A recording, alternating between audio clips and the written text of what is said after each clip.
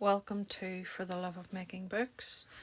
This is the journal cover that I've made out of Amazon paper that I at least attempted to momagami and scrunch it up. So with matte medium it's now a fairly tough cover.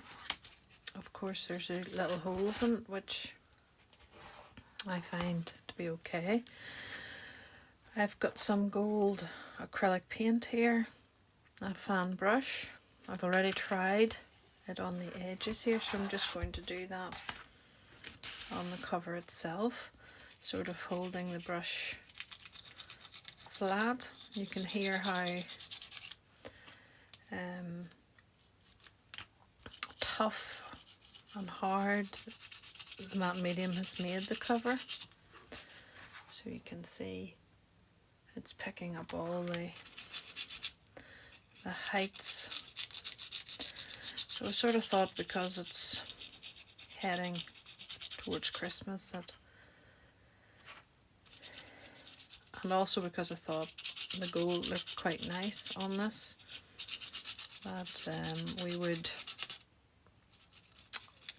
make it into just sort of like a Christmas journal, not in your face Christmas, you know.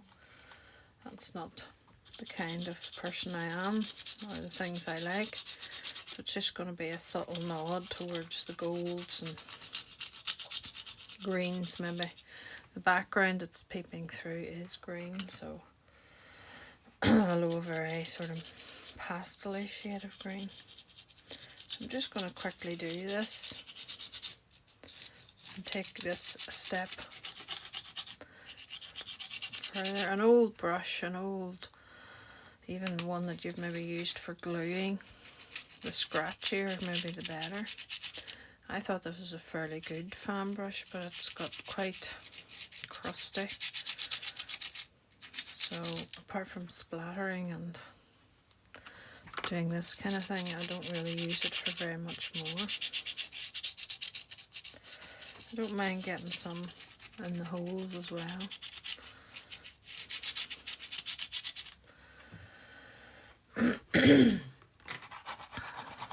So you can really, I suppose, stop whenever you feel you've got enough gold on it. I have already done some jelly printing for this journal. It's very small. It's going to be a single signature journal. Although I have made a couple of journals with more than one signature, I really don't have a market for that where I live. Postage from we're an island nation, and we're an island off the island nation, so it's postage is pretty expensive. Right, I'm just sort of going to apply a little around the edge here, almost as you would a distress ink.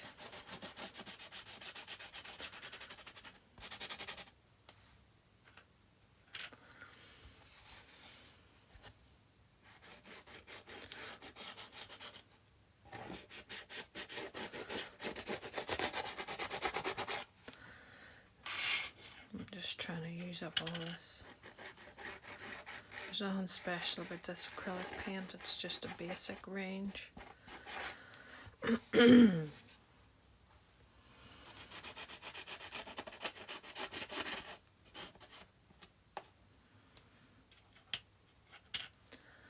fact, the tube's nearly empty.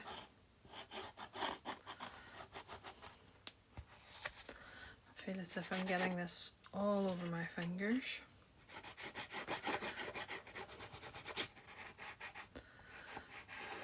As I lift it up. So, sorry for moving about, just trying to show, give a close-up.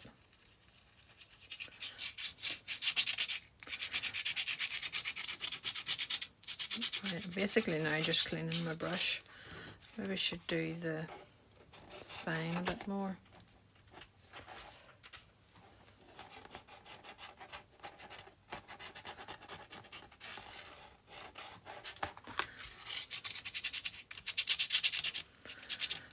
Okay, so that's it covered.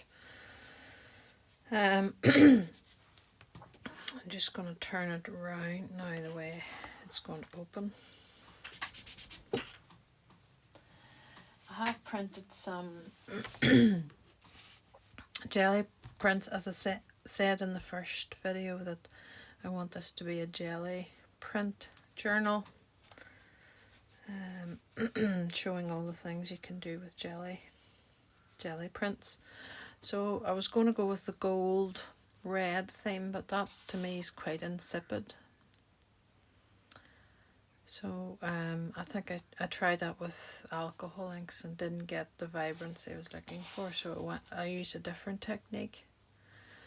So that one would look quite nice there as the front piece.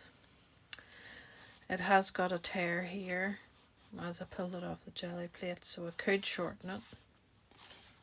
This is a very similar one, and as you would have then a title or something, this blue bit that was on the plate and got pulled off would be covered up.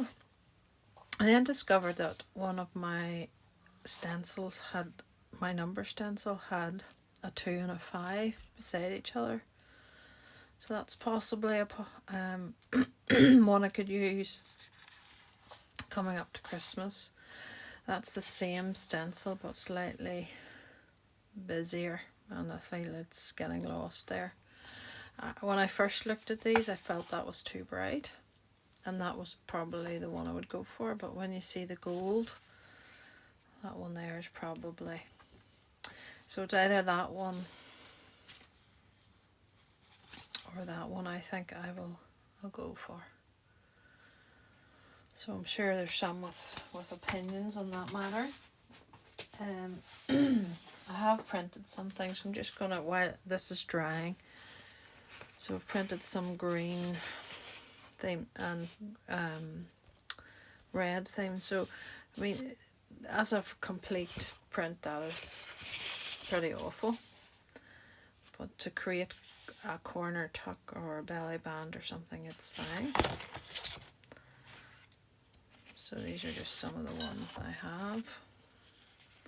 That's a mess too, but again, as a small portion or a trim or something, it's fine.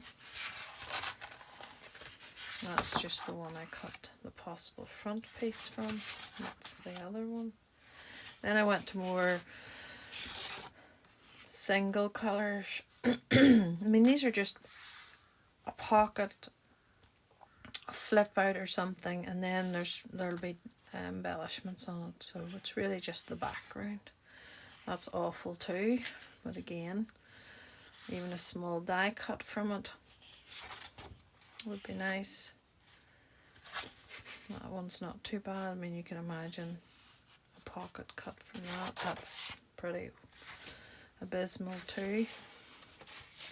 I think that actually was just a page that I put the stencil on to clean off the alcohol inks, and then I'll clean my brayer off. But again, a small little part of that will be useful for something, not the greatest thing in the world. Now there's that. That was more a drip technique, and again, that was pretty dire as well. So there'll only be bits and pieces of that. I sometimes feel as if when you're having to do a jelly print that you need, it doesn't work out so well. And greens and reds are not maybe my favourite colours. One of my favourite combinations is like a sage green and dusky pink, or turquoise and magenta, those kind of combinations I like. Right, I think this is dry enough just to flip over. And I'm going to add a wee bit of reinforcement here. So this is cross grain ribbon, and by far maybe the strongest. I'm saying maybe, but I'm pretty sure it is the strongest ribbon you could use. Now my Fabri-Tac or 3-in-1 is very hard to get out of the bottle at the minute, so I'm using art glitter glue. But it dries very quickly, so I'm doing this in stages, and I'm lining up the ribbon just so I don't put on too much.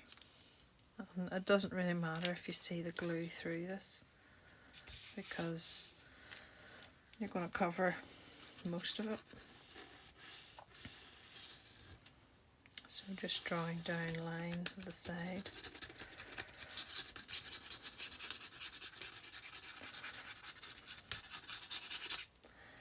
This wee bottle's nearly finished. Trying to get a good line at the bottom.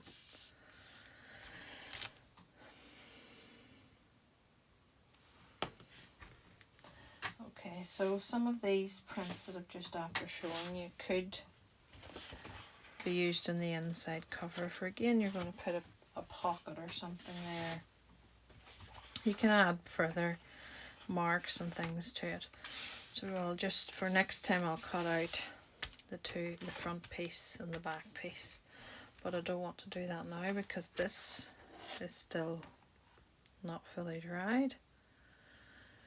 And this is not dried, so I don't want to bend it and find, you know, exactly how big I have to cut the front piece. I also want to think about closures and things before I put the front piece and the back piece on, or the book plate. Before I put them on, I want to think about what way I want to close it. I'm not a big fan of fussy winding closures, or I just think it would do my head in if I was using it. I'm actually thinking of this chiffon as just something you tie, because when you tie and not chiffon, at least wide chiffon, it holds the book without a problem of untying it. So I'm thinking of that as the closure rather than it attached inside. So we'll leave it there. So Amazon packaging at its finest, with a little bit of momogami scrunching and hand lotion, and then also matte medium to give it that waterproof, hardened, durable finish, and then also fan brush with gold paint. And there's the fan brush cleaned up. So it's ready for the book plate and the front and back inside cover the next time, and then we'll get on to making some jelly print pockets, etc. Thank you for watching.